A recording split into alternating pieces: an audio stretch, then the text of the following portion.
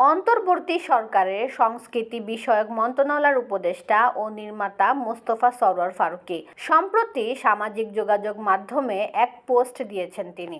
সেই পোস্টে তিনি লিখেছেন, আমার সন্তানের বুকে গুলি লাগছে আর ছিদ্রটা হয়েছে আমার কলিজায়। মাত্র ৮ মিনিটের ভিডিওর নিচে চূর্ণ হয়ে যেতে পারে পতিত ফ্যাসিস্টের সব মিথ্যাচার আর প্রোপাগান্ডার নির্মাণ প্রকল্প। এরপর বলেন, এটাই শিল্পের শক্তি, আর এই ছোট্ট ভিডিওটার শক্তি হচ্ছে ট্রুথ, যথাসত্য। ভিডিওটাতে মাত্র অল্প কয়টা পরিবারের কষ্ট আমরা দেখেছি।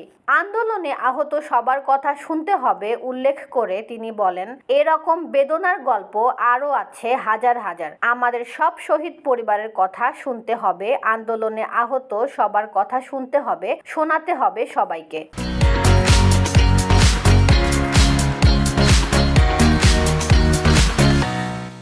ফারুকীর কথায় এই লক্ষ্যই সংস্কৃতি মন্ত্রণালয়ের উদ্যোগে আসছে ডিজিটাল ওরাল হিস্ট্রি প্রজেক্ট। আমাদের অন্তর্গত বেদনার ক্রোধের ভার বইবার শক্তি ফ্যাসিস্টের নাই। আমরা লিপিবদ্ধ করে যাব সব।